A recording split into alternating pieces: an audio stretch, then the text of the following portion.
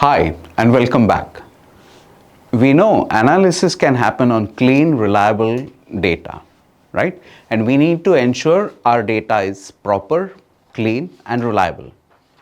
And there is a famous saying which goes garbage in and garbage out. So let's ensure that our data is in great shape before diving into analysis. And this is done through what are called as data cleaning techniques. Let's dive into data cleaning techniques in this chapter. I'm going to pepper this with examples to make things more relatable. All right, let's go. Data cleaning is the crucial first step of data analysis process. It involves identifying and then fixing errors, identifying various inconsistencies and inaccuracies in your data set. So any tabular data can be thought of as rows and columns, where rows are to be called as observations and columns are to be known as variables. So you can think of rows of consumer or customer level data, and those rows could be about customer level information about their loyalty card numbers, age, gender, average monthly spend at your store, so on and so forth.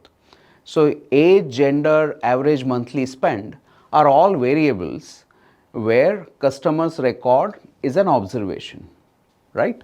So data cleaning typically happens either variable by variable or observation by observation. Suppose a customer is really odd from the rest of the customers in terms of his behavior, right? You don't want to include him in the analysis. Therefore, that entire customer record is to be dropped. Now, let's take another example where, let's say you have a store, you have a single store in single city, and all the customers belong to the same city, come there and shop at your store. Then, if you have stored the data of customers' residence city, that is a redundant information because all customers are from the same city, right? So this entire column worth of information is not adding any further value. It can be easily dropped, right? So typically sanctity of this data is checked either row wise or column wise, and that's how data cleaning must be thought of, right? So what are sort of main techniques or main themes in data cleaning? The most common one issue in data cleaning is dealing with missing values. So a variable, a column typically has got missing values because data is either not recorded or it's not available or applicable for a given record, right? So it could be that you have done a survey and the respondent hasn't revealed his or her gender. They have probably not filled their monthly income, and those become missing values in those variables, right? So there are several techniques to tackle these missing values, right? These are primarily, can we impute missing values in some way, or can we delete the record or that variable completely, right? The second important theme with data pre-processing is handling outliers. So those are those pesky data points that are significantly different from the rest. So they are going to skew your analysis. They can lead to rather incorrect conclusions, right? So there are two tasks in particular: detecting these outliers and, if found, treating them, right? So outliers are treated by two methods: deleting an outlier observation, that's the first. The second one is imputing the outlier values to more realistic values of that variable, right? Once you have identified there are outliers in the data, there is also a third way that you can take some suitable transformation. So you can apply logarithmic transformation on the variable to lower the impact of these outliers. So what happens with logarithm? The variance of the variable reduces, and this might help minimize the effect of these outlier observations on your overall analysis, right? Lastly, let us discuss third important theme with data pre-processing called as scaling and normalization. These techniques ensure that your data is on a consistent scale, making it much easier for you to compare and analyze several different variables, right? So what is scaling and normalization? Scaling is a transformation which scales data down. Supposing your customers have income in the range of, let's say, 15,000 to 250,000 US dollars, right? Now this is a huge range.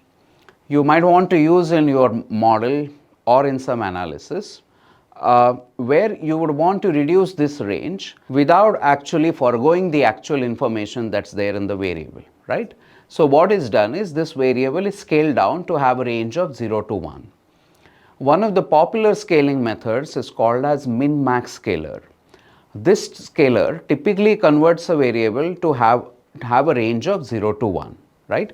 So if I had a salary 15,000 to 250,000, I'll use scaling min-max scaler function to bring it to a range of 0 to 1. So 0 would correspond to 15,000, 1 would correspond to 250,000, right? The second transformation is called as normalization, which is very important as well. It is about transforming your data to have 0 mean and a standard deviation of 1. This is particularly useful when a data set has got continuous variables on different scales. So for example, you want to measure predictively probability of a loan default of an individual on account of his age and income. So age of an individual who has taken a loan would be typically in tens of years. Income is going to be in tens or hundreds of thousands in USD, right? So you cannot effectively use the same variables in the model without doing some kind of scaling like transformation or normalization transformation. So if I do normalization here, both variables are brought down to the same mean of 0 and standard deviation of 1. I can use them in the model and use it very well for doing inference, which of these are more important predictors of a default, right? So these transformations, both scaling and normalizations, are applied very widely in machine learning. They are applied very widely in deep learning models too. So when we talk of neural networks, which are part of deep learning models, they get trained much better when these features are scaled using min-max scaling or normalization transformation, right? Finally, there could be duplicates in the data. And by duplicate, what do I mean? They are the same record or the observation is in fact repeating, right? For most use cases, duplicate records do not add any additional value or bring in any new information, right? So these could be removed very easily. There are some reasons why duplication is introduced in some machine learning techniques where I want to improve sample size, and also in some deep learning techniques to augment data sets. Now all of that is beyond scope of this course, but for traditional analysis, any duplicate records, we would not want to keep them in the analysis, we would want to delete them, right? In the next chapter, we shall detail missing values treatment. That will also be followed by outlier treatment in the chapter ahead. I'm looking forward to seeing you there. Thank you and bye for now.